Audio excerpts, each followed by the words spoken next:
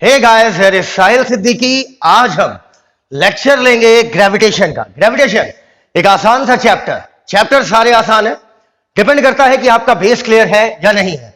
अब class 9th के lecture को लेने की वजह क्या है? देखो, वजह बहुत साफ है कि जो आपका नीट हो या जेई हो, जो नीट है या जेई है, इसके कॉन्सेप्ट्स, इसमें जो आप कॉन्सेप्ट यूज करते हो वो थोड़े अप्लाइड होते हैं, लेकिन उसकी कोर कहां छुपी है? 11th-12th में।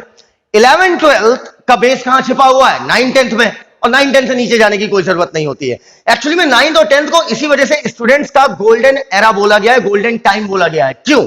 ठीक है, एरा थोड़ा बड़ा शब्द है लेकिन बोला जाता है। 9th-10th को इसलिए बोला जाता है बेटा गोल्डन टाइम किसी भी स्टूडेंट लाइफ का, क्योंकि इसमें एक्चुअली में आप फिजिक्स केमिस्ट्री में डीप थ्योरीज नहीं पढ़ते हो, फिजिक्स केमिस्ट्री की फिलॉसफी समझते हो कि एक्चुअली में फिजिक्स केमिस्ट्री बायोलॉजी मैथमेटिक्स, इनकी फिलॉसफी, इनकी बेसिक फिलॉसफी क्या है। और यकीन मानो बेटा, हायर कॉन्सेप्ट सीखना बहुत आसान होता है। लोग फंसते कहां पर है? बेस में। ठीक है, अब कहोगे सर हायर कॉन्सेप्ट कैसे कोई सीख सकता बगैर बेस के?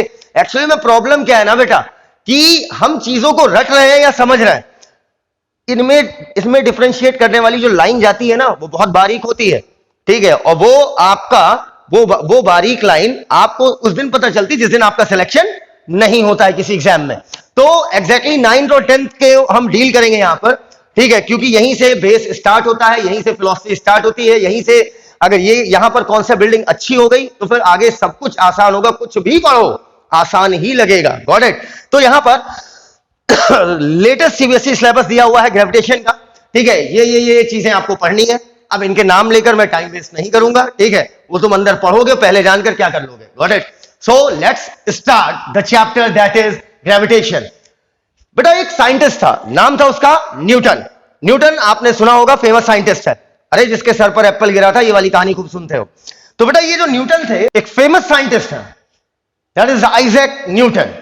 ये जो न्यूटन साहब थे, इन्होंने अपने लॉज ऑफ मोशन देते वक्त कहा कि कोई भी ऑब्जेक्ट में अगर मोशन है, ठीक है, अगर कोई भी ऑब्जेक्ट मोशन प्रोड्यूस कर रही है, ठीक है, मतलब एक ऑब्जेक्ट है जो मोशन पैदा कर रही है, मतलब कहने का क्या हुआ, टाइम के साथ अपनी पोजीशन चेंज कर रही है। जैसे देखो, ये बॉल इस समय मोशन में है। Got it?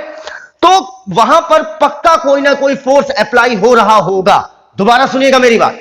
न्यूटन साहब कहते हैं कि अगर कोई ऑब्जेक्ट में मोशन प्रोड्यूस हो रहा है, इसका मतलब फोर्स अप्लाई किया गया है, मतलब कोई ना कोई फोर्स वहां पर एग्जिस्ट कर रहा होगा। तो क्यों ना मैं ऐसे सरल भाषा में तुम्हें ऐसे समझाऊं कि एक ऑब्जेक्ट जो मोशन कर रही है, ठीक है, जिसने मोशन करना शुरू कर दिया है, ठीक है, इसका मतलब ये पक्का है कि वहां पर कोई ना कोई फोर्स एग्जिस्ट कर रहा है। अब गौर से देखना इस बॉल को। ये बॉल इस समय रेस्ट में है या मोशन में है? ठीक है, रेस्ट में है, क्योंकि टाइम के साथ अगर ये अपनी पोजीशन चेंज करती तो आप क्या कहते? मोशन में है। लेकिन ये अपनी पोजीशन पर ही है। ठीक है, टाइम बढ़ रहा है लगातार, वो तो कंटिन्यूअस बढ़ता रहेगा, लेकिन ऑब्जेक्ट अपनी जगह से हिला नहीं, इसका मतलब ऑब्जेक्ट रेस्ट में है। अब गौर से देखना बेटा, ये ऑब्जेक्ट मैंने छोड़ा, जैसे ही मैंने छोड़ा, अब इसे स्लो मोशन में सोचो, जैसे ही मैंने छोड़ा ये ऑब्जेक्ट मोशन करना चालू कर दिया। इसका मतलब न्यूटन ने क्या कहा था कि अगर कोई ऑब्जेक्ट मोशन प्रोड्यूस कर रही है, इसका मतलब वहां पर फोर्स एग्जिस्ट कर रहा है। और यहां पर ये बॉल अभी रेस्ट में थी और मेरे छोड़ते ही इसने मोशन प्रोड्यूस किया, इसका मतलब कोई ना कोई फोर्स पक्का है यहां पर एग्जिस्ट कर रहा है, and that force is gravitational force. यही फोर्स ग्रेविटेशनल फोर्स था आपका। Got it? अब गौर से सोच के बताओ, क्या ग्रेविटेशनल फोर्स अट्रैक्टिव फोर्स है या रिपल्सिव फोर्स है? देख के ही समझ में आ गया कि अट्रैक्टिव फोर्स है। कैसे पता? क्योंकि बेटा बॉल को अर्थ क्या कर रही है? अट्रैक्ट कर रही है अपनी तरफ। Got it? इसका मतलब ये बताओ, यहां पर फोर्स की अगर मैं पूछूं डायरेक्शन क्या होगी, डाउनवर्ड है या अपवर्ड है?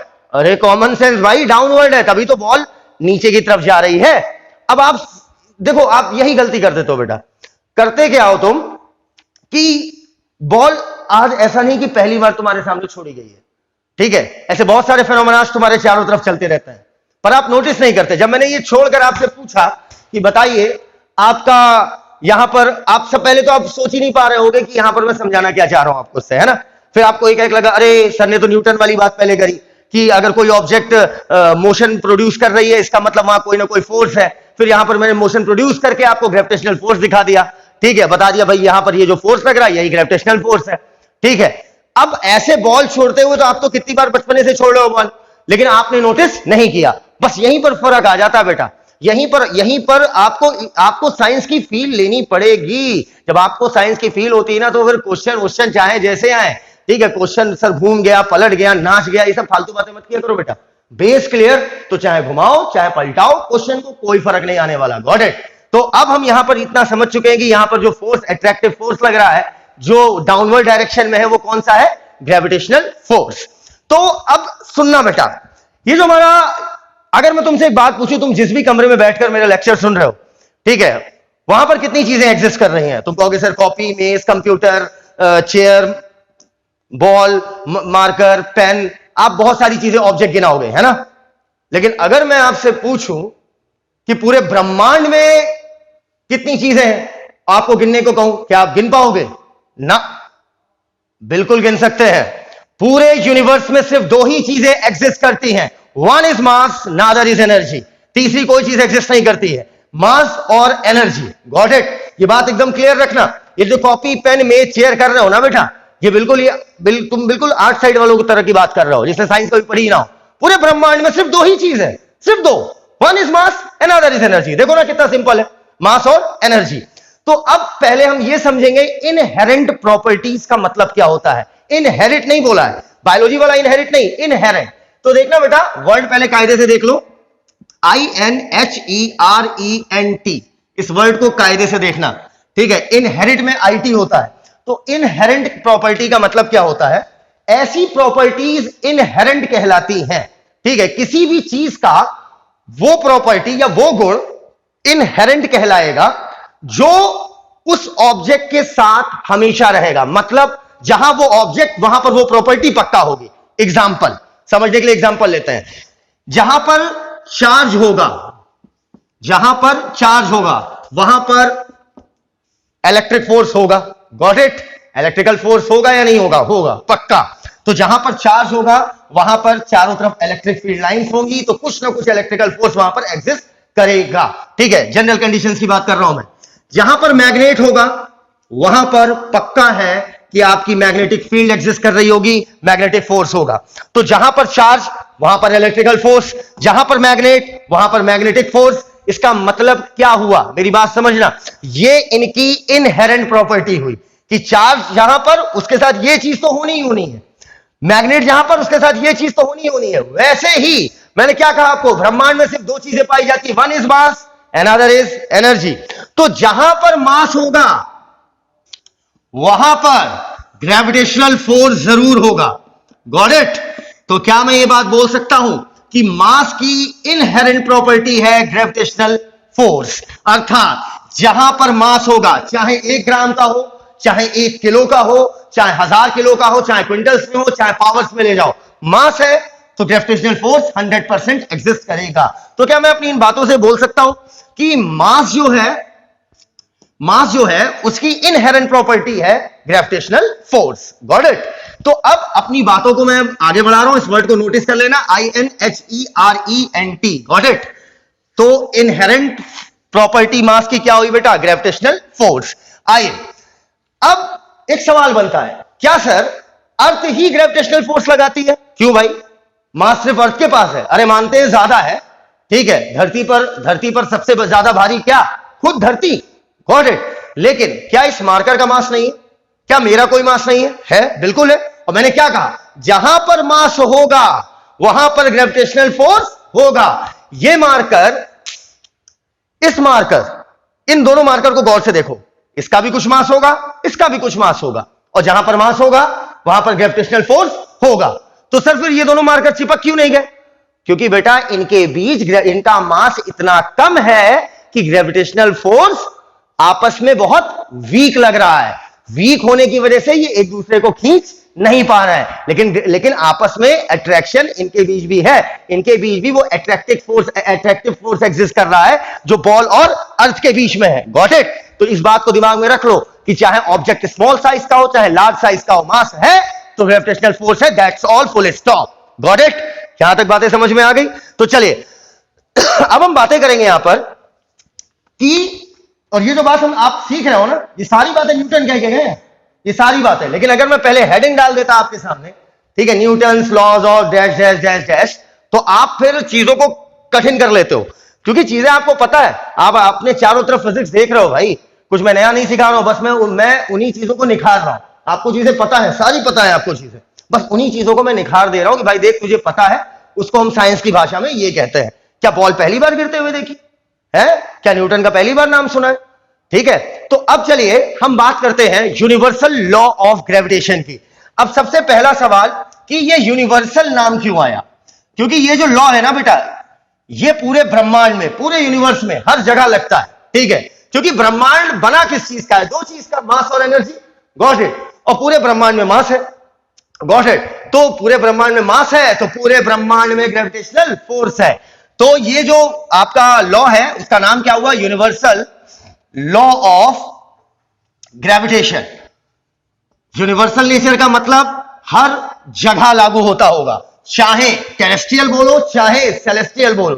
टेरेस्ट्रियल मतलब जमीन धरती पर पाई जाने वाली चीजें, टेरेस्ट्रियल। सेलेस्टियल का मतलब क्या? आउटर स्पेस में, धरती के बाहर जो चीजें हैं। तो चाहे टेरेस्ट्रियल चाहे celestial, this law is universal, applied in all cases where there is mass, there is gravitational force. That's it. मैं बार बार इस चीज को क्यों रिपीट कर रहा हूं? क्योंकि आप गलती कर देते हो। आपको जैसे बोला जाए ग्रेविटेशनल फोर्स, तो हाँ एक बॉल गिर रही है, धरती उसे खींच रही है, ऐसे नहीं बेटा। जहां मास वहां ग्रेविटेशनल फोर्स। मुझे इस कमरे की हर चीज खींच रही है, मुझे ये कैमरा भी अपनी तरफ अट्रैक्ट कर रहा है किसी फोर्स से, ये बोर्ड भी, ये मार्कर भी मुझे चारों तरफ से खींचा जा रहा है, लेकिन मुझे मेरा आपको ग्रेविटेशनल फोर्स अर्थ वाला दिखेगा। क्यों? क्योंकि यहां पर मास बहुत ज्यादा है, ये पूरी धरती है और ये छोटे छोटे ऑब्जेक्ट है, बड़ा वीक फोर्स लगा रहे हैं, इनका अट्रैक्शन हमें दिख नहीं रहा है। तो देखो बेटा, यूनिवर्सल लॉ ऑफ ग्रेविटेशन, इसी को बोलते हैं हम न्यूटन्स लॉ ऑफ ग्रेविटेशन। चलिए एक अच्छा सवाल है, न्यूटन्स लॉ ऑफ ग्रेविटेशन किसने दिया? आइजैक न्यूटन ने। ये भी कोई सोचने वाली बात है क्या? तो चलो अब बताते हैं कि इन्होंने अपने लॉ में बोला क्या था। इन्होंने कहा कि दो मास ले लो, ठीक है, एक का नाम मैंने m1 रख दिया, ठीक है, तुम xy रख दो, कोई फर्क नहीं पड़ता। एक का नाम मैंने m2 रख दिया, मास 1 मास 2। अरे 1-1 किलो की बॉल ले लो, 2 किलो की बॉल ले लो, 4-4 किलो की बॉल ले लो, क्या फर्क पड़ता है? मैंने सिंपल बोल दिया m1 और m2। और इस बॉल का ये सेंटर है, इस बॉल का ये सेंटर है। बेटा बोल्ड पर सर्किल ही बनाएंगे, बोल्ड पे बॉल नहीं बनाएंगे। इमेजिन कर लो ना, यहां पर बॉल है, ठीक है, इधर भी बॉल है, और ये इनके क्या है? सेंटर। और इनकी डिस्टेंस है, इनके सेंटर की आपस में जो डिस्टेंस है वो है r। Got it? सपोज कर लिया r, तुम डी कर लो, आंसर ना गलत होगा। तो दो बॉल है, एक का नाम m1, एक का नाम m2, मतलब ये दोनों के क्या हो गए? मास। और ये इनकी आपस में क्या हो गई? एक दूसरे से डिस्टेंस। ठीक है, डिस्टेंस आप सेंटर से ही लीजिएगा, ठीक है। तो अब बताओ, क्या ये दोनों बॉल आपस में एक दूसरे को अट्रैक्ट कर रही होंगी? बिल्कुल। मैंने क्या कहा? जहां पर मास वहां पर ग्रेविटेशनल फोर्स। तो अब देखना, तो अब फोर्स से इनका मैं रिलेशन निकाल रहा हूं, ठीक है, मास का और फोर्स का आपस में रिलेशन। ये बताओ, अगर ये बॉल 1-1 ग्राम की हो, ठीक है, ये पहला केस है। दूसरा केस है कि ये बॉल 1-1 केजी की है। तो बताओ 1-1 केजी वाला मास क्या होगा? ज्यादा होगा। तो जितना ज्यादा मास होगा उतना ज्यादा ग्रेविटेशनल फोर्स होगा। Got it? पहली बात क्या सीखी? जहां पर मास वहां पर ग्रेविटेशनल फोर्स। फिर क्या सीखा? कि जितना ज्यादा बड़ा मास, या जितना बड़ा मास कहने का मतलब जितना ज्यादा आपका अमाउंट ऑफ सब्सटेंस मास होगा उतना ज्यादा ग्रेविटेशनल फोर्स। तो क्या मैं बोल सकता हूं कि अगर m1 m2 की वैल्यू ज्यादा है, मतलब इनका मास ज्यादा है, तो आपस में लगने वाला जो ग्रेविटेशनल फोर्स है वो भी क्या होगा? ज्यादा। ठीक है, तो मैं कह सकता हूं कि फोर्स जो है, जो ग्रेविटेशनल फोर्स है, वो m1 m2 के डायरेक्टली प्रोपोर्शनल है। डायरेक्टली प्रोपोर्शनल कहने का मतलब क्या हुआ? कि मास बढ़ेगा तो ग्रेविटेशनल फोर्स बढ़ेगा। ये रहा हमारा पहला पॉइंट। Got it? दूसरी चीज बेटा, अगर आप डिस्टेंस बढ़ाओगे, ठीक है, अगर आप इन दोनों बॉल की डिस्टेंस बढ़ाओगे तो ग्रेविटेशनल फोर्स कम होता है। ठीक है, इनवर्स स्क्वायर लॉ ये फॉलो करता है। इनवर्स स्क्वायर लॉ भी आपके लेवल पर नहीं आएगा, अभी आप इनवर्स स्क्वायर लॉ को इतना समझ सकते हो कि जब आप दोनों बॉल के बीच दूरियां बढ़ाओगे, ठीक है, जब दूरियां बढ़ाओगे तो आपस में अट्रैक्शन क्या हो जाएगा? कम हो जाएगा।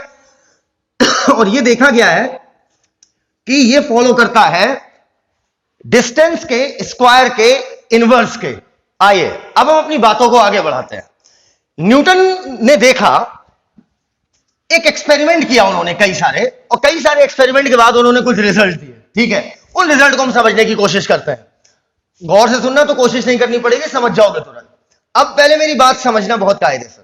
बेटा, मैंने आपसे क्या कहा कि जहां पर मास है वहां पर ग्रेविटेशनल फोर्स होगा, वो अट्रैक्टिव फोर्स होगा।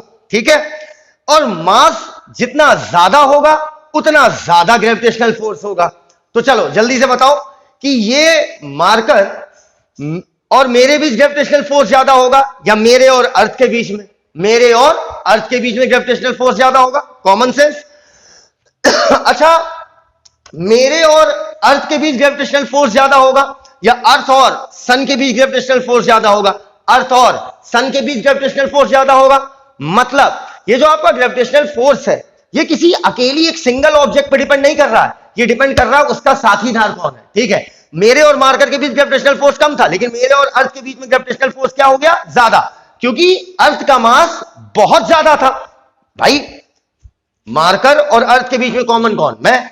तो मैंने पहले क्या पूछा आपसे कि मार्कर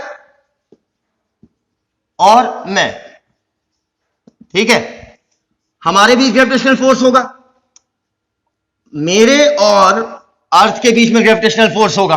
ठीक है, अब समझना, ग्रेविटेशनल फोर्स कितना होगा ये सिर्फ मेरे पे ही डिपेंड नहीं करता, या अकेले मार्कर पे भी नहीं डिपेंड करता, अकेले अर्थ पे भी नहीं डिपेंड करता।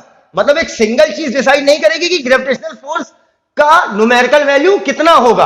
आप कॉमन सेंस लगा लीजिए। मैंने क्या कहा? जितना ज्यादा मास होगा उतना ज्यादा ग्रेविटेशनल फोर्स होगा। तो बेटा, अकेला यहां पर मैं हूं। अब मेरे और मार्कर के बीच देखा जाए तो हम दोनों का जो मास है, मान लो इसका मास जो है, मैंने कहा 1 ग्राम, और मैंने अपनी पर्सनैलिटी के हिसाब से मास मान लिया चलो 50 ग्राम। ठीक है, तो 1 ग्राम और 50 ग्राम। ठीक है, और वहीं पर अगर हम अर्थ का मास लें तो अर्थ का मास तो ऑर्डर्स में जाता है। ठीक है, अर्थ का मास तो बहुत हो गया ना। ठीक है, अरे एक के बाद तमाम जीरो लगते हैं। ठीक है, उन पर अभी हम आगे बातें करेंगे। तो अब ग्रेविटेशनल फोर्स चेक करते हैं। 50 ग्राम में, मार्कर 1 ग्राम का। ठीक है, मार्कर और मेरे बीच ग्रेविटेशनल फोर्स उतना ज्यादा नहीं होगा जितना मेरे और अर्थ के बीच में होगा, क्योंकि मैं भले यहां पर कॉमन था। मेरा मास ले लो तुम m1, गॉट इट? अरे m1, मेरा मास मान लो m1। तो मेरा मास अगर तुम m1 मान रहे हो, तो दूसरा मास कौन है मेरे सामने? मार्कर का मास लोगे या अर्थ का मास लोगे, इस बात पर डिपेंड करेगा कि ग्रेविटेशनल फोर्स ज्यादा होगा या कम होगा। इसका मतलब ग्रेविटेशनल फोर्स के लिए 2 मास जरूरी है। अगर आपको निकालना हो कि ग्रेविटेशनल फोर्स ज्यादा होगा या कम आएगा, ये इस बात पर डिपेंड करेगा कि आपके सामने ऑब्जेक्ट कौन सा है। Got it? इसका मतलब ग्रेविटेशनल फोर्स, 2 चीजों के बीच जो ग्रेविटेशनल फोर्स है वो दोनों के मास पर डिपेंड करेगा। Got it? और मास जितना ज्यादा, ग्रेविटेशनल फोर्स उतना ज्यादा। तो चलिए यहां पर गौर से देखिएगा, ये मैंने एक बॉल बनाई। ठीक है, सर्किल लग रहा होगा। ठीक है, बॉल पे 3D डायग्राम नहीं बना पाएंगे, टाइम लगेगा। ये आपका पूरी बॉल है। ठीक है, एक स्फीयर मान लीजिए। ये मैंने बनाई दूसरी बॉल, और ये दोनों बॉल के क्या हो गए? सेंटर। ठीक है, अरे एक स्फीयर है, उसका सेंटर, और इसका कुछ मास होगा, 2 किलो, 4 किलो, 5 किलो। मैंने उसको मान लिया m1। Got it? इसका भी मान लो कुछ भी होगा, 2 किलो, 4 किलो, 5 किलो, कुछ भी, जिसके मास को मैंने क्या बोल दिया? m2। Got it? तो चलो बताओ, जहां पर मास होगा वहां पर ग्रेविटेशनल फोर्स होगा, है या नहीं? पक्का? अब आपस में जो ग्रेविटेशनल फोर्स होगा, ठीक है, वो ज्यादा कब होगा? जब इनका मास क्या हो? ज्यादा।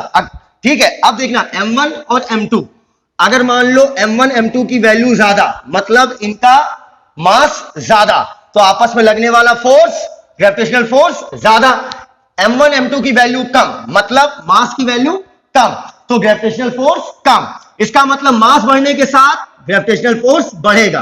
तो मैं कह सकता हूं gravitational force is directly proportional to mass. इतनी बात एकदम क्लियर है। मास अगर कम तो ग्रेविटेशनल फोर्स कम, दैट्स व्हाई मैंने डायरेक्टली प्रोपोर्शनल बोला। ठीक है, अब दूसरी चीज देखना, इनके बीच जो डिस्टेंस है वो मैंने मान ली r। कितनी मान ली बेटा? r क्या हो गई? इनके बीच की डिस्टेंस। डिस्टेंस कैसे निकालिएगा? याद रखिएगा, इस चीज को रटना नहीं है, समझना है। डिस्टेंस हमेशा आप अगर निकालोगे तो आप सेंटर से निकालोगे। Got it? डिस्टेंस यहां से मत, ये यहां से लेके यहां तक नहीं बोल देना, डिस्टेंस मतलब फ्रॉम सेंटर। अभी इस पर आगे और डिस्कस करेंगे। इसको मैंने मान लिया आर, तुम एक्स वाई जेड काका का गंगा कुछ मान लो, फर्क ना पड़ता है।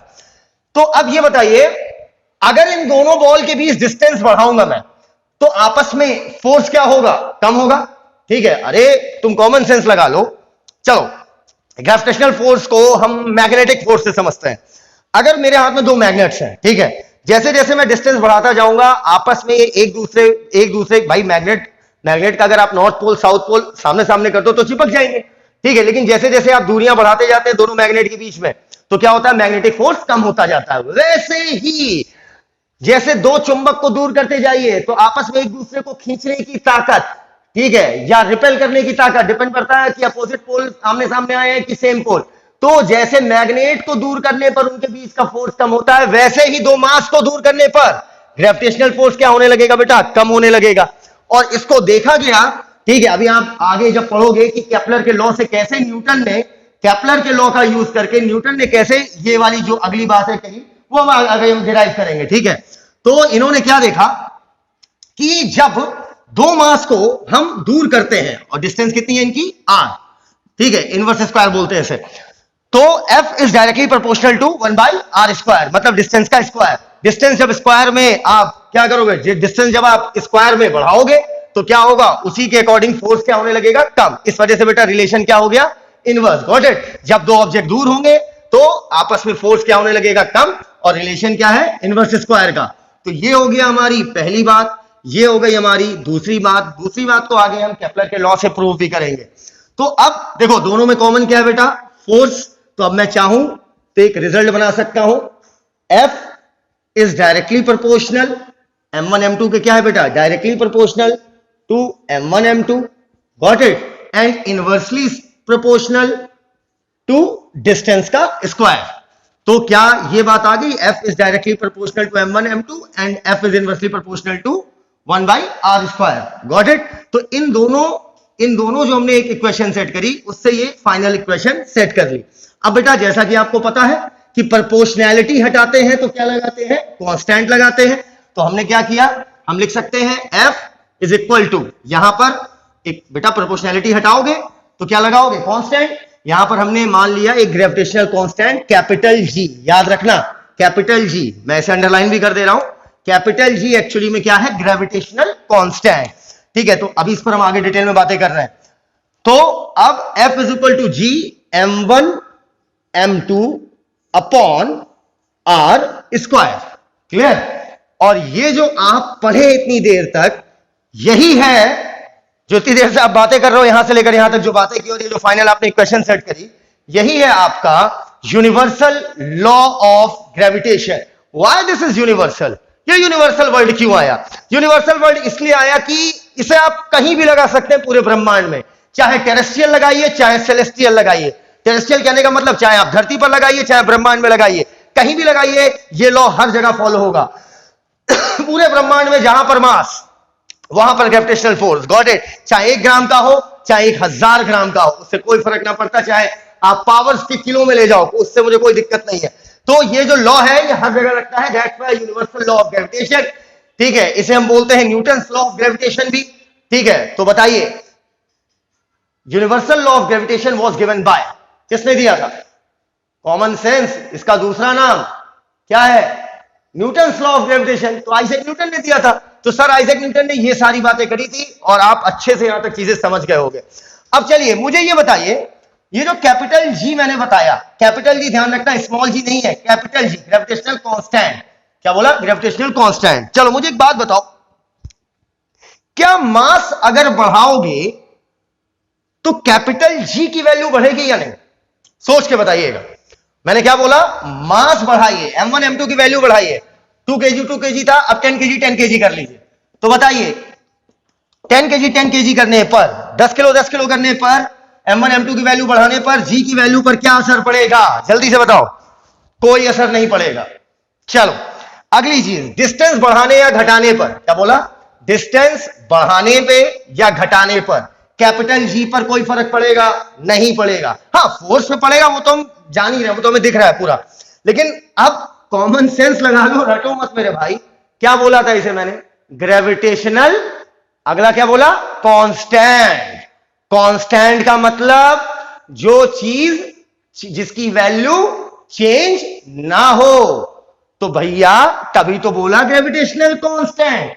जब वैल्यू चेंज नहीं होगी तो मास, डिस्टेंस, फोर्स, तुम मंगल ग्रह पे जाओ, तुम मून पे जाओ, तुम जुपिटर पे जाओ, कैपिटल जी की वैल्यू कभी चेंज नहीं होगी। अरे बोलते ही हो तुम इसे ग्रेविटेशनल कांस्टेंट मेरे भाई, ग्रेविटेशनल कांस्टेंट बोलते हो, तो क्या इसकी वैल्यू चेंज होगी? नहीं। इतनी बातें एकदम क्लियर हो गई है। चलिए अब इसको आप जल्दी से छापिए, तो मैं आपको थोड़ा सा इनवर्स स्क्वायर थोड़ा और समझाऊंगा कुछ एग्जांपल्स लेके। ऐसे सवाल आपके यहां पूछ लिए जाते हैं, तो देखिएगा इनवर्स स्क्वायर से रिलेटेड कुछ बातें इसे और डिटेल में समझने के लिए। चलो इस इनवर्स स्क्वायर के साथ साथ पूरी चीजें समझते हैं, ठीक है? कुछ चीजें अप्लाई करके देखते हैं। चलो जल्दी से बताओ, ये तो बॉल है, ठीक है? इसका मास 1 kg, इसका मास 1 kg, और इनके बीच की मैंने डिस्टेंस बोल दी 1 मीटर। करेक्ट? एसआई यूनिट सारी लेना, ठीक है? तो जल्दी से बताओ इनके बीच ग्रेविटेशनल फोर्स कितना लग रहा होगा? मैंने सिंपली बोल दिया इनके बीच ग्रेविटेशनल फोर्स। कैसे निकालते हो बेटा? F is equal to G m1 m2 by r square, ठीक है? r यहां पर कितना है? 1, g का g उतारो, m1 m2 कितना है? 1 इंटू 1 अपॉन r 1 का स्क्वायर। तो यहां पर आपने क्या देखा? F is equal to g, मतलब ग्रेविटेशनल फोर्स की जो भी न्यूमेरिकल वैल्यू होगी वो ग्रेविटेशनल कांस्टेंट के न्यूमेरिकल वैल्यू के बराबर होगी। Got it? देखो एक प्यारी चीज सीख गए यहां पर, देखो अप्लाई कराया, अच्छी सी चीज समझना। अगर 1 kg की मैंने दो बॉल ली जिनकी डिस्टेंस आपस में 1 मीटर रखी, ठीक है? मास यहां पर 1 kg 1 इंटू 1, डिस्टेंस कितनी रखी? 1 मीटर, तो 1 का स्क्वायर। Got it? क्या आया फिर? ये पूरा क्या हो जाएगा बेटा आपका? 1। अरे 1 इंटू 1 1 का स्क्वायर 1 अपॉन 1 खत्म। तो F इज इक्वल टू जी, मतलब मैं बोल सकता हूं कि ग्रेविटेशनल कांस्टेंट की जो भी न्यूमेरिकल वैल्यू होगी, ठीक है, वो किसके बराबर होगी?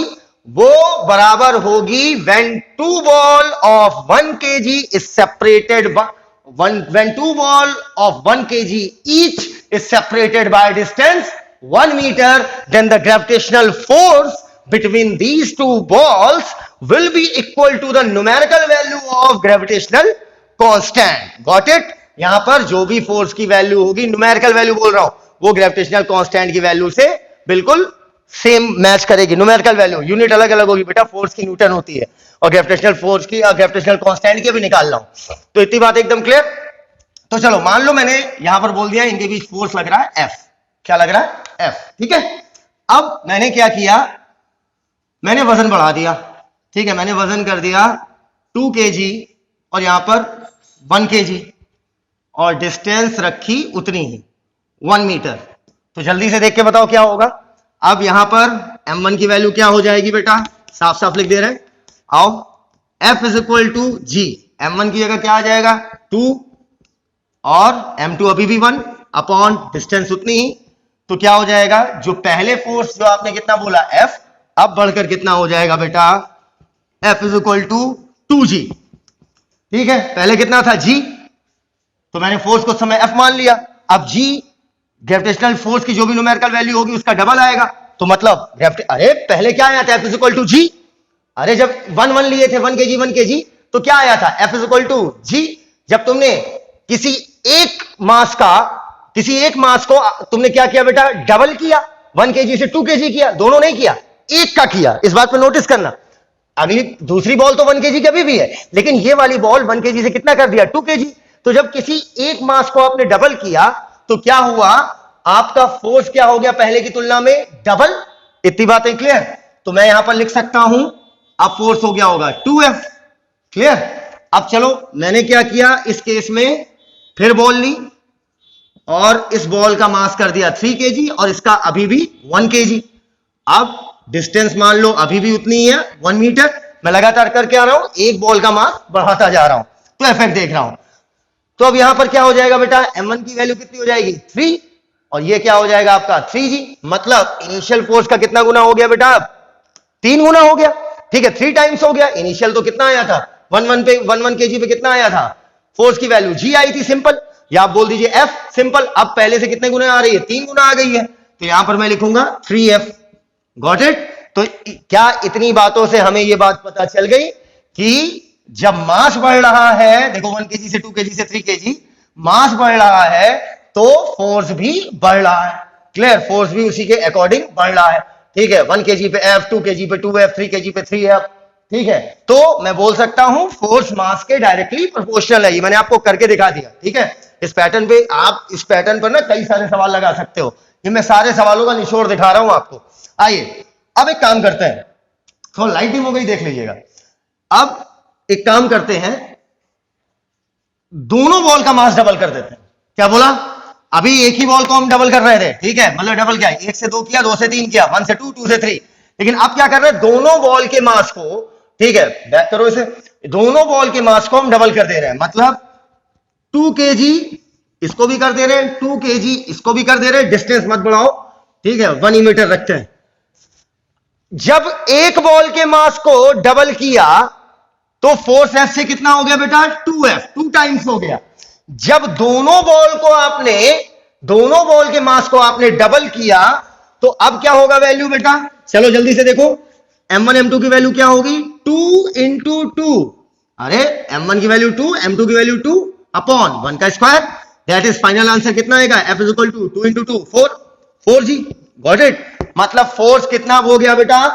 4f। अरे कहीं आप इसमें तो कंफ्यूज नहीं हो रहे हो कि सर वहां जी लिखा है या एफ लिख रहा हो? अरे भाई पहले से फोर्स कितना था? पहले सिर्फ जी था, अब 4 गुना हो गया तो इसलिए 4 हो गया, तो यहां पर मैंने 4f लिख दिया। समझ गए ना ये बात?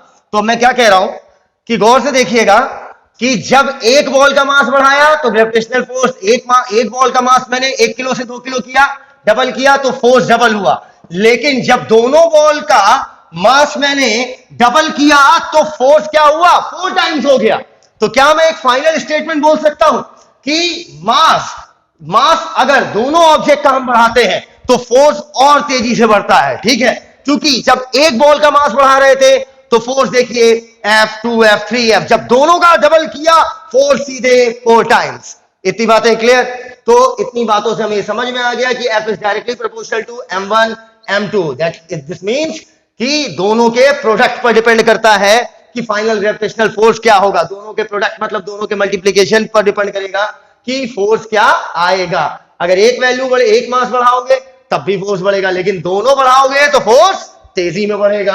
अब आइए इनवर्स स्क्वायर समझते हैं, उसकी क्या कहानी है।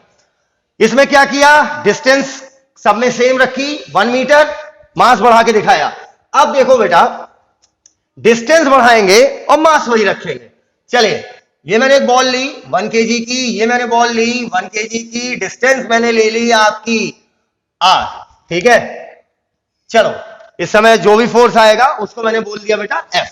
ठीक है, अरे 1 1 1 1 m1 1 वहां पे, m2 भी 1 केजी, डिस्टेंस आपकी r। अच्छा चलो इसे ले लो, r की वैल्यू रख लेते हैं 1 मीटर। ठीक है, ये क्या हो गया 1, तो F इज इक्वल टू क्या हो गया? g। ठीक है, मतलब जो भी ग्रेविटेशनल कांस्टेंट की न्यूमेरिकल वैल्यू होगी वही फोर्स की होगी। ठीक है, तो मैंने इस फोर्स के लिए सिंपली क्या लिख दिया? F। यहां पर फोर्स आया F। अब चलो, अब एक काम करते हैं, इनके बीच डिस्टेंस क्या करते हैं हम लोग? डिस्टेंस डबल कर दे रहे हैं। तो समझ जाना कितना डबल करेंगे हम। यहीं रख दे रहे हैं, यहां पर सीधे लिख दे रहे हैं 1 से 2 मीटर। नहीं सर, नाप के डबल करो तो बेटा फिर जो तुम बोल्ड बना देते हो ना, ये अर्थ है और ये आपका सन है, तो इतने बड़े ना अर्थ है ना सन है, कुछ चीजें मान लिया करो बेटा। अब देखो 1 केजी मास में सेम रखा, लेकिन डिस्टेंस डबल करी, 1 मीटर से कितनी कर दी? 2 मीटर। अब जब डिस्टेंस 1 मीटर से 2 मीटर करी, डिस्टेंस क्या करी? डबल। तो m1 m2 क्या इन सब की कोई वैल्यू चेंज हो रही है? सब कुछ सेम है, जी तो हमेशा सेम रहेगा, चाहे मून हो चाहे मार्स हो, उसका टेंशन मत लो। m1 m2 की वैल्यू 1 1 केजी अभी भी है। तो अब क्या होगा बेटा? r की वैल्यू यहां पर आपने कितनी कर दी? 2।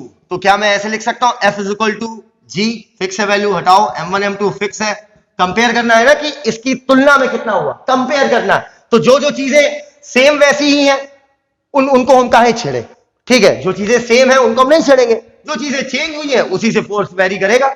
अब देखना GM1M2 बिल्कुल सेम पहले वाले केस के जैसा है। R की वैल्यू क्या हुई है, चेंज हुई, 1 से कितनी हुई है 2, तो 2 का स्क्वायर, अरे R स्क्वायर है ना, अकेले R कहां है, तो वैल्यू क्या हो जाएगी F इज इक्वल टू पहले वाला जो भी था वो ये था, 2 का स्क्वायर कितना होगा बेटा 4, इसका मतलब फोर्स कितना कम होगा बेटा, अरे इनवर्सली प्रोपोर्शनल है, F is equal to GM1M2 by 4 हो गया, बाई 4 मतलब अरे इसको ऐसे लिख सकते हो ना 1/4, तो फोर्स कितने गुना कम हो गया बेटा, 4 गुना कम हो गया डिस्टेंस डबल करने से। इतनी बातें एकदम क्लियर। अब अगर इसे और आसानी से देखना है तो ऐसे भी समझ सकते हो ना, मैंने ऐसे बताया था 1/r², r की वैल्यू यहां पर क्या है बेटा, r की वैल्यू यहां पर कितनी है 2 है, तो 1/2 का स्क्वायर कितना हो गया बेटा 1/4, इसका मतलब डिस्टेंस डबल करने से फोर्स कितना हो गया बेटा पहले की तुलना में 1/4, मतलब मैं लिख सकता हूं पहले का फोर्स F था तो मैं ऐसे लिख सकता हूं फोर्स हो गया F/4, गॉट इट, जितना फोर्स था ठीक है उससे 4 गुना कम हो गया डिस्टेंस डबल करने पर। अब गौर से देखना, अब मैं क्या करने वाला हूं, अब मैं डिस्टेंस 1 मीटर और बढ़ा दे रहा हूं, 1 मीटर डिस्टेंस और बढ़ा रहा हूं, ठीक है, चलो 1 kg की 2 बॉल हो गई। अब इनके बीच की दूरी है मान लो, अब इनके बीच की डिस्टेंस मैंने ले ली 3 मीटर, ठीक है, अब 3 मीटर डिस्टेंस ले ली, F is inversely proportional to 1/r², r जगह कितना रखोगे बेटा 3 का स्क्वायर कितना हुआ 9, तो अब फोर्स कितना कम हो गया 1/9, पहले की तुलना में फोर्स F/9, पहले कितना था F, अब कितना हो गया F/9। तो क्या इतनी बातों से आप समझ गए हैं कि F is inversely proportional to 1/r²। तो ये सारी चीजें मैंने आपको करके दिखा दी। आपसे पूछेगा कि डिस्टेंस मैंने डबल करी, मास उतना ही रखा, तो बताइए फोर्स पर क्या असर पड़ा, ठीक है, तो भाई डिस्टेंस आपने डबल करी, सब कुछ वैसा ही रखा, तो फोर्स क्या हुआ F/4, फिर डिस्टेंस आपने बढ़ाई F/9 हुआ, गॉट इट। चलो अच्छा ये भी करके देखते हैं कि डिस्टेंस कितनी थी बेटा, शुरू में मैंने 1 मीटर, फोर्स कितना आया F आया, डिस्टेंस में क्या करता हूं आपकी आधी करके देखता हूं, ठीक है, अर्थात मैं ऐसे लिख सकता हूं कि ये 2 बॉल है 1 kg की, ठीक है, 1 kg की ये है, 1 kg की ये है, लेकिन अब की डिस्टेंस पहले 1 मीटर थी, अब की मैंने कर दी हाफ मीटर, ठीक है, डिस्टेंस आधी कर दी, गॉट इट। क्या लिखते हो, F is directly inversely proportional to 1/r², r की वैल्यू क्या हो गई 1/2 का स्क्वायर बेटा, 1/2 का होल स्क्वायर क्या होगा 1/4, तो मैं लिख सकता हूं F is inversely proportional to 1/, साफ लिख दो 1/4, 1/4 के, अरे 1/2 r² था, r की वैल्यू यहां पर हाफ है, हाफ मीटर, फिर मैंने हाफ करके होल स्क्वायर किया, तो वैल्यू क्या होगी 1/1/4, गॉट इट। इतनी बातें समझ में आ गई। अब इसको मैं ऐसे भी लिख सकता हूं कि इस 4 को चाहो तो आप ऊपर ले जाओ, ठीक है, मतलब फोर्स पहले की तुलना में कितना गुना बढ़ गया बेटा 4 गुना बढ़ गया, ठीक है, मतलब डिस्टेंस जब आधे करी तो फोर्स जो पहले F था वो कितना हो गया 4F। तो यहां पर मैं एक फाइनल बात बोल सकता हूं, when we are keeping our mass same, जब हम अपना मास सेम रख रहे हैं लेकिन हम क्या कर रहे हैं, डिस्टेंस आपकी क्या किया मैंने, एक बार डबल किया, डिस्टेंस 1 मीटर से 2 मीटर किया, तो फोर्स आपका 4 गुना कम हुआ, F/4 हुआ। जब आपने डिस्टेंस आधी करी तो फोर्स क्या हुआ बेटा 4 गुना बढ़ गया।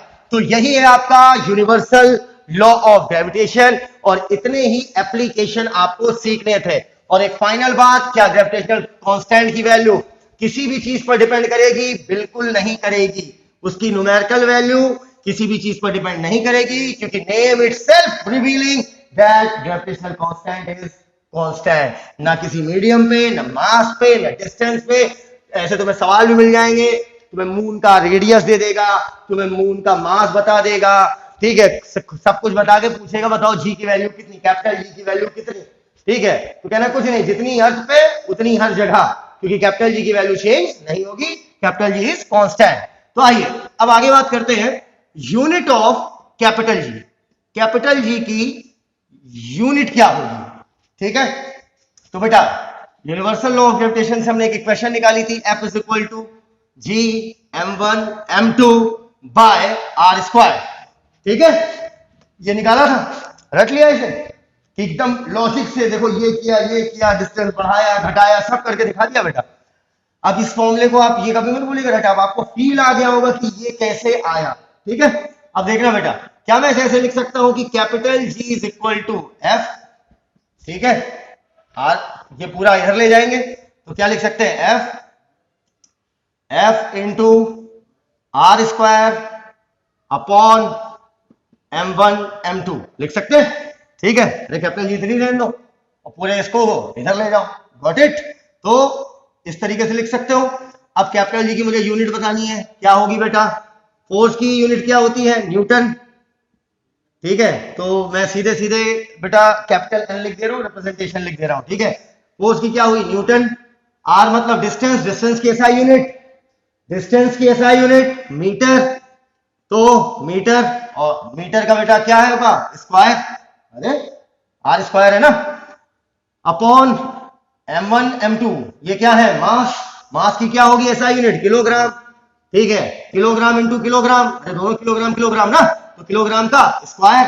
तो क्या मैं कैपिटल जी की वैल्यू वो क्या कैपिटल जी की यूनिट आ गई हमारी, न्यूटन मीटर स्क्वायर पर किलोग्राम स्क्वायर, या चाहो तो इसको ऐसे लिख सकते हो, न्यूटन मीटर स्क्वायर किलोग्राम, ऊपर -2 में ले लो, मतलब अपॉन में। ठीक है, तो ये हो गई हमारी unit of gravitational constant, got it. आइए अब इसको आप वीडियो पॉज करिएगा, छाप लीजिएगा, मैं आगे बातें शुरू कर रहा हूं। जो आपका ये फॉर्मूला है, इससे मैंने आपको ग्रेविटेशनल कांस्टेंट की डेफिनेशन भी बताई। कैसे बताई, मैंने दो बॉल ली, m1 m2 कितना रखा, 11 kg। ठीक है, G capital G m1 m2 1 into 1, distance कितनी रखी थी, 1 मीटर, 1 का स्क्वायर, और यहां पर f, और इसको कैलकुलेट करने पे क्या आया, f is equal to G. और यहां से मैंने आपको क्या पॉइंट बोला था, the numerical value of gravitational constant.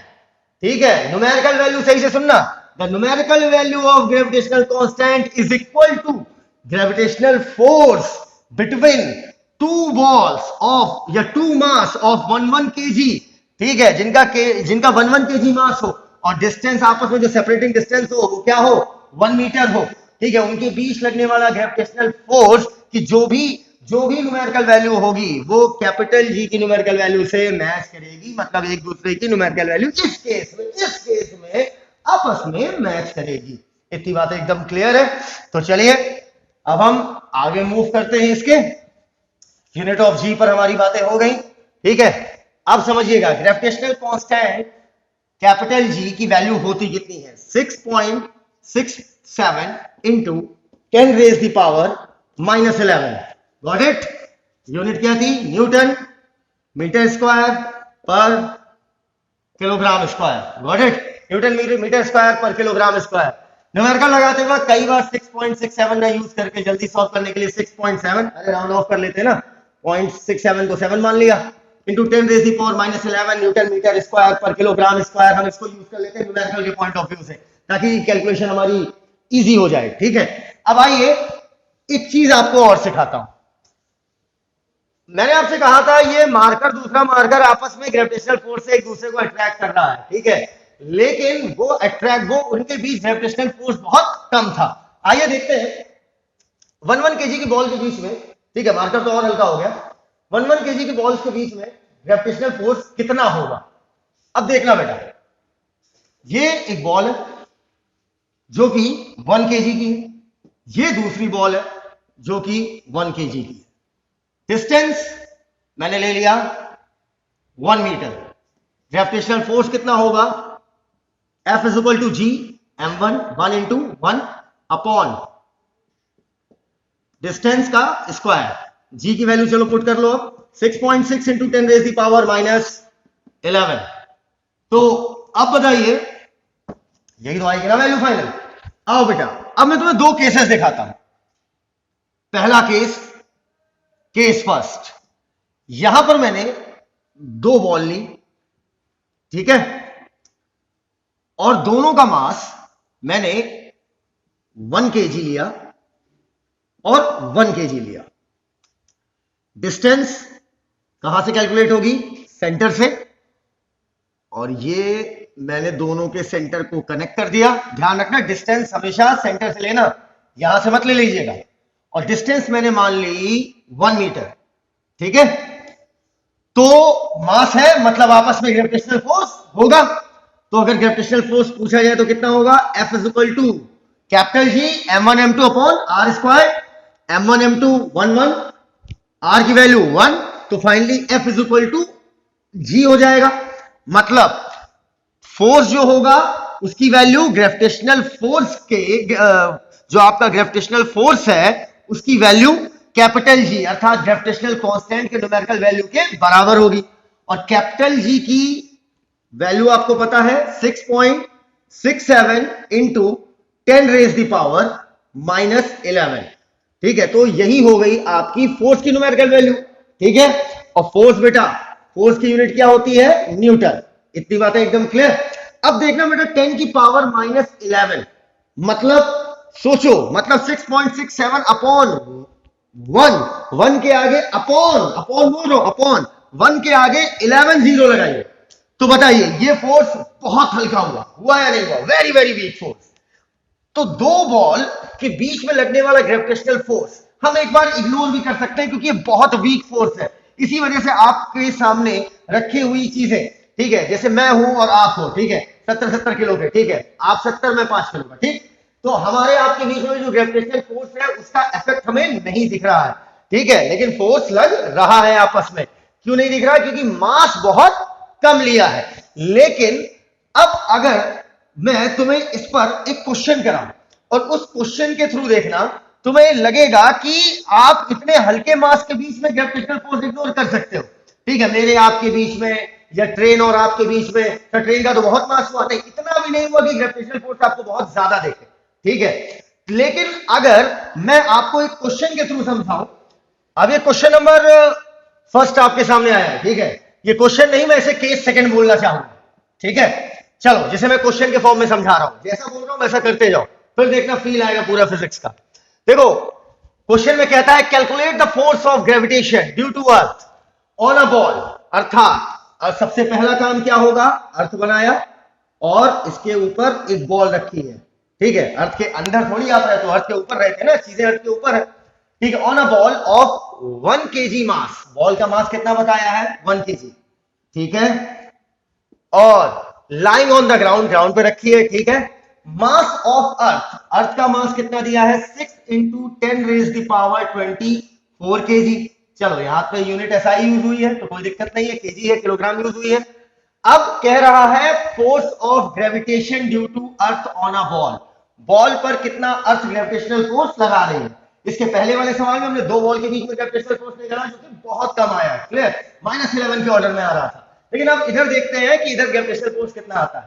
तो बेटा हमें पता है gravitational force is equal to capital G, gravitational constant, mass of first object, mass of second object upon distance का स्क्वायर। इतनी बात है क्लियर। अब कायदे से देखना बेटा, हमें G की वैल्यू पता है, G की वैल्यू कितनी है?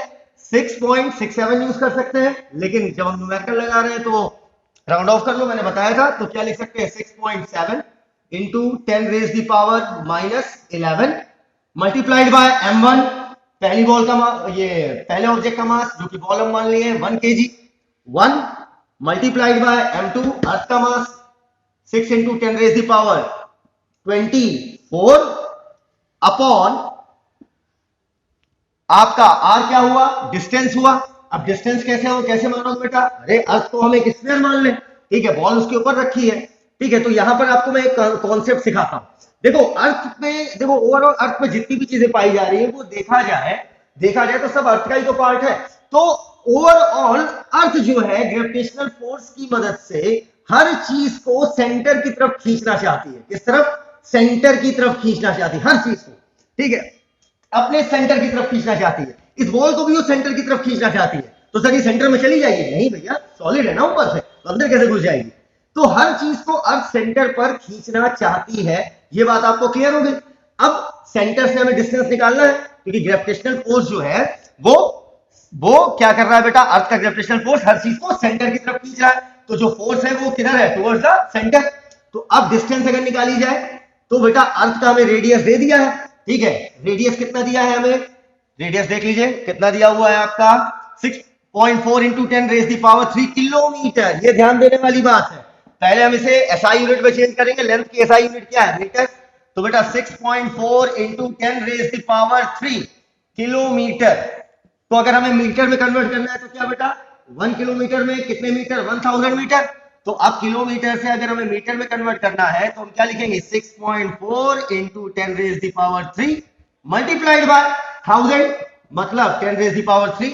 अब बेटा जब पावर वाली चीजों को मल्टीप्लिकेशन करते हैं तो पावर में जो चीज है वो क्या होगी, ऐड। तो हम क्या लिखेंगे 6.4 इंटू 336 10⁻6 मीटर।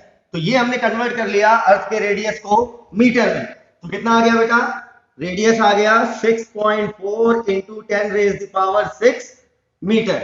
यहां तक बात एकदम क्लियर है।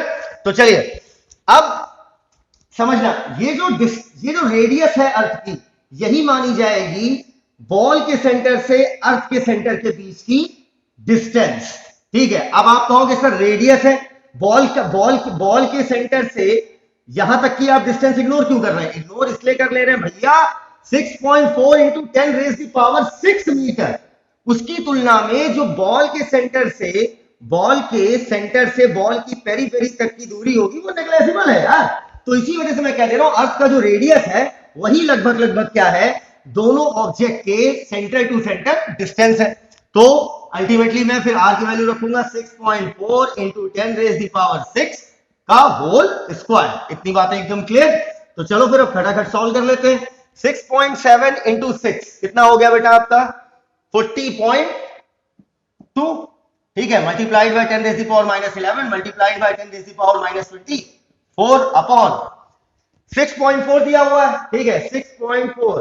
तो इसका कैलकुलेट करेंगे आप 6.4 का इंटू 10⁻6 का होल स्क्वायर, अलग अलग कर लो तो कितना आ जाएगा 40.96 मल्टीप्लाइड बाय 10⁻6 का होल स्क्वायर 10⁻12, ठीक है, बस खत्म। अब कैलकुलेट करिए, इसे काटिए, कितना आएगा 0.98 मल्टीप्लाइड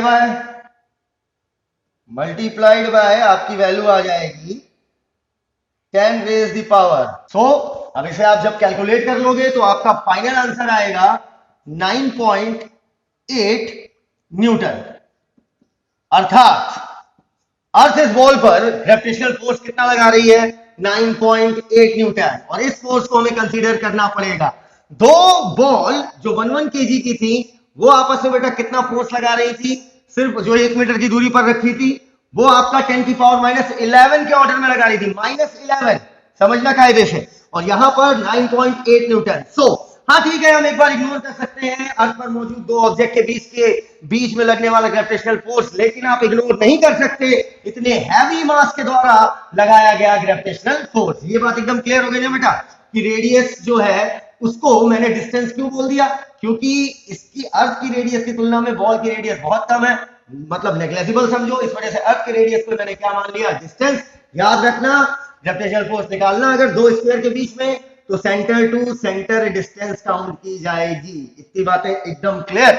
तो केस 2 और केस फर्स्ट को करने के बाद हमें बात पता चल गई है कि हम अर्थ पर मौजूद दो ऑब्जेक्ट के बीच ग्रेविटेशनल फोर्स एक बार इग्नोर कर सकते हैं, लेकिन अर्थ के द्वारा लगाया गया ग्रेविटेशनल फोर्स हम बिल्कुल इग्नोर नहीं कर सकते हैं, ठीक है। अब खुद सोचो, आपका जो सन है, ठीक है, वापस बैक पेज पे जाओ, जो आपका सन है वो इतना ज्यादा हैवी है, सन अर्थ पर कितना ज्यादा ग्रेविटेशनल फोर्स लगाता होगा, क्योंकि इस केस में तो m1 भी बहुत ज्यादा होगा और m2 भी बहुत ज्यादा होगा, क्योंकि दोनों का मास बहुत है, ठीक है।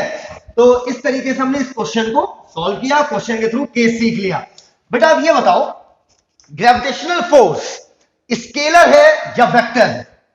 सोचो भाई साहब, कोई भी फोर्स हो, चाहे ग्रेविटेशनल फोर्स हो, चाहे मैग्नेटिक फोर्स हो, चाहे इलेक्ट्रिकल फोर्स हो, चाहे आप टेंशन का फोर्स निकालते हो, चाहे नॉर्मल फोर्स हो, कोई भी फोर्स हो, चाहे फ्रिक्शनल फोर्स हो, ठीक है, जब फोर्स ही वेक्टर है तो चाहे जो सा फोर्स हो वेक्टर ही होगा। क्या अलग अलग सबको रटेंगे क्या कैटेगराइज करके, ग्रेविटेशनल फोर्स वेक्टर है, इलेक्ट्रिकल फोर्स वेक्टर है, स्प्रिंग वाला फोर्स वेक्टर है, आपका जो है मैग्नेटिक फोर्स वेक्टर है ना, फोर्स वेक्टर क्वांटिटी है, बात खत्म। क्यों वेक्टर भाई? डायरेक्शन भी है और मैग्नीट्यूड भी है। क्यों? जब बॉल गिर रही थी डाउनवर्ड डायरेक्शन दिख रहा था ना भाई, अर्थ जो है हर चीज अपने सेंटर की तरफ खींच रही है, ठीक है, तो यहाँ पर डायरेक्शन है या नहीं है? डायरेक्शन है, और फोर्स का मैग्नीट्यूड भी, इतनी देर से मैग्नीट्यूड ही तो निकाल रहे थे, तो मैग्नीट्यूड है, डायरेक्शन है, तो ग्रेविटेशनल फोर्स क्या हुआ? वेक्टर। और साफ और सीधी बात, फोर्स क्या है? वेक्टर। तो ग्रेविटेशनल फोर्स क्या है? वेक्टर। इतनी बातें एकदम क्लियर। चलो अब मुझे एक चीज और सोच के बताओ, क्या ग्रेविटेशनल फोर्स को किसी मीडियम की आवश्यकता होती है? बिल्कुल नहीं। कॉमन सेंस लगाओ, ये सन है, ये अर्थ है, इन दो मास के बीच में ग्रेविटेशनल फोर्स है, ठीक है, इन दो मास के बीच में आपस में ग्रेविटेशनल फोर्स होगा, अट्रैक्टिव फोर्स होगा, जिसकी वजह से अर्थ आपकी बंधी हुई है, ठीक है। अब मुझे एक बात बताओ, बीच में क्या है? अर्थ और सन के बीच में क्या है? वैक्यूम है, ठीक है, अर्थ और सन के बीच में वैक्यूम है। दो वॉल के बीच में आप चाहे एयर भरो, चाहे लिक्विड भरो, चाहे सॉलिड भरो, जो भी भरो, पर ग्रेविटेशनल फोर्स एग्जिस्ट करेगा। इसका मतलब ग्रेविटेशनल फोर्स मास पे डिपेंड करेगा, मीडियम पर कोई, मीडियम का कोई फर्क नहीं आएगा ग्रेविटेशनल फोर्स का। इतनी बातें एकदम क्लियर। अच्छा बताओ, क्या ग्रेविटेशनल फोर्स एक कॉन्टैक्ट फोर्स है? सोच के बताओ। कॉन्टैक्ट फोर्स समझते हो बेटा? मतलब जिसके लिए कॉन्टैक्ट होना जरूरी है। एग्जांपल के तौर पर फ्रिक्शनल फोर्स, ठीक है, फ्रिक्शन कब तक नहीं होगा? मेरे दो हाथों के बीच में फ्रिक्शनल फोर्स तब तक नहीं लगेगा जब तक ये आपस में टच ना करें। टच करना जरूरी है, तो फ्रिक्शनल फोर्स क्या हुआ बेटा आपका? कॉन्टैक्ट फोर्स हुआ। लेकिन ग्रेविटेशनल फोर्स के लिए कॉन्टैक्ट हो ना हो कोई फर्क नहीं पड़ता। क्या अर्थ और सन आपस में चिपके हुए हैं क्या? लेकिन है ना ग्रेविटेशनल फोर्स। यहां तक बातें एकदम क्लियर हो गई आपको? तो इस तरीके से टोटल लेक्चर में हमने बहुत सारी चीजें सीखी, फिलॉसफी सीखी ग्रेविटेशन की, ठीक है। इसके बाद जो हमारा नेक्स्ट लेक्चर होगा उसमें हम बहुत इंटरेस्टिंग क्वेश्चन लगाएंगे, जिसके थ्रू हम अपने कॉन्सेप्ट को और प्यारा और अच्छा करेंगे, ठीक है। देखो मेरी एक, बेटा देखो, हर बंदे की एक विश होती है, मेरी भी एक विश है कि जो एजुकेशन क्राइटेरिया है ना, एजुकेशन क्राइटेरिया कहने का मतलब है कि पढ़ने पढ़ाने का तरीका, पठन पाठन सामग्री, ठीक है, तो पठन पाठन सामग्री हमारी बहुत एडवांस नहीं है, ठीक है। तो इस वजह से मैंने, ये मेरी तरफ से एक कोशिश है, ठीक है, कि मैं ज्यादा से ज्यादा बच्चों के कॉन्सेप्ट रिफाइन कर पाऊँ बेसिक लेवल पे, ठीक है, ज्यादा से ज्यादा बच्चों को वो चीजें फील करा पाऊँ, ठीक है, जैसा मैं फील करता हूँ, जैसा मैं इस दुनिया को देखता हूँ, अपने चश्मे से एक बार दिखा पाऊँ तुम्हें, ठीक है, मेरी कोशिश है।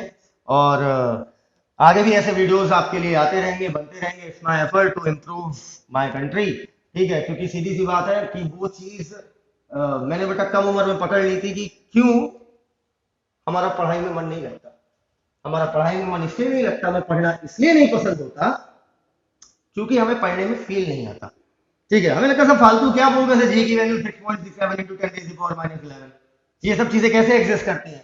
दिखता क्या है सर? ग्रेविटेशनल फोर्स, है ना। तो हमें लगता है सब बोगस चीजें, इनका कोई मतलब नहीं, ठीक है, ये बस हम एक एग्जाम के लिए, एक एग्जाम क्रैक करने के लिए कर रहे हैं। नहीं, सब चीज एग्जिस्ट करती है। पढ़ने में मन तभी लगता है बेटा जब हमें चीजों की फील होती है, और एज यू नो, जहां पर फीलिंग नहीं होती वहां पर फिर मजा नहीं आता, तुम समझ रहे होगे, ठीक है।